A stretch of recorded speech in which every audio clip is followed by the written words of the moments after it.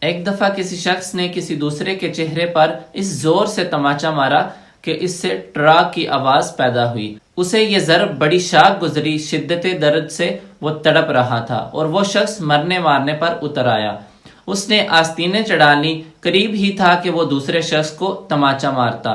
تو اس نے کہا کہ رکو، میں تم سے مار کھانے کے لیے تیار ہوں، لیکن تم پہلے میری اس بات کا جواب دو کہ یہ جو آواز تو نے سنی ہے، یہ جو ٹراک کی آواز تو نے سنی ہے، یہ آواز میرے ہاتھ سے نکلی ہے یا تمہارے چہرے سے؟ اس نے کہا کہ یہ کیا عجیب سوال ہے، قریب آؤ، پہلے میں تمہیں تماچا مارتا ہوں، جب ہم دونوں درد میں برابر ہو جائیں گے تو پھر تمہیں میرے درد کا احساس ہوگا۔ تم اس طرح کے سوال تب کرتے اچھے لگو گے جب تمہیں میری تکلیف کا احساس ہوگا، جب ہم دونوں درد میں برابر ہوں گے۔ ہمیں کسی دوسرے کے درد، کسی دوسرے کی تکلیف کا اندازہ اسی صورت میں ہوگا جب ہم اس میں سے گزرے ہوئے